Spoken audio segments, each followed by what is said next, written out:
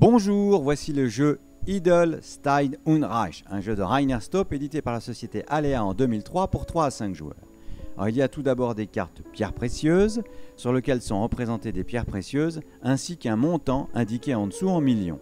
Par exemple ici 2 pierres bleues ou 4 millions. Des cartes événements. Alors, il y a deux sortes de cartes événements à effet immédiat que l'on joue tout de suite lorsque l'on récupère ces cartes ou des cartes décompte que l'on garde pour la fin de la manche.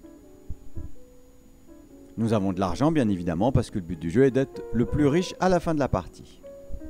Chaque joueur a une carte argent, une carte événement et une carte pierre précieuse, ainsi que 12 pierres précieuses. Si on joue à 5 joueurs, il y a une quatrième carte. Même si plusieurs joueurs la jouent, c'est bon. S'il y a un seul joueur, ça lui permet d'échanger une pierre contre 2 de la banque. S'il y a plusieurs joueurs, il gagne une pierre de la banque. Au début de la partie, on retourne une carte pierre précieuse ainsi qu'une carte événement. Ensuite, chaque joueur va choisir une de ses cartes actions et la jouer face en bas. Ceci fait, on les retourne et on regarde l'ordre des numéros. Ici, c'est le 1, c'est l'argent, il est tout seul. Il va récupérer ce qui est écrit sur la carte qui avait été retournée, donc ici 6 millions. Et on prend les 6 millions qu'on garde pour soi.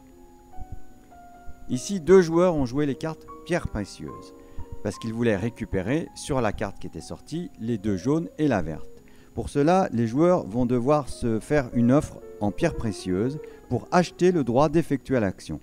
Toute nouvelle offre doit être supérieure à la précédente. La négociation s'arrête lorsqu'un des 2 joueurs accepte l'offre de son adversaire. Il y a aussi des cartes événements qui permettent de prendre justement les cartes qui sont sorties. Par exemple, ici, cette carte qui ne servira qu'au décompte.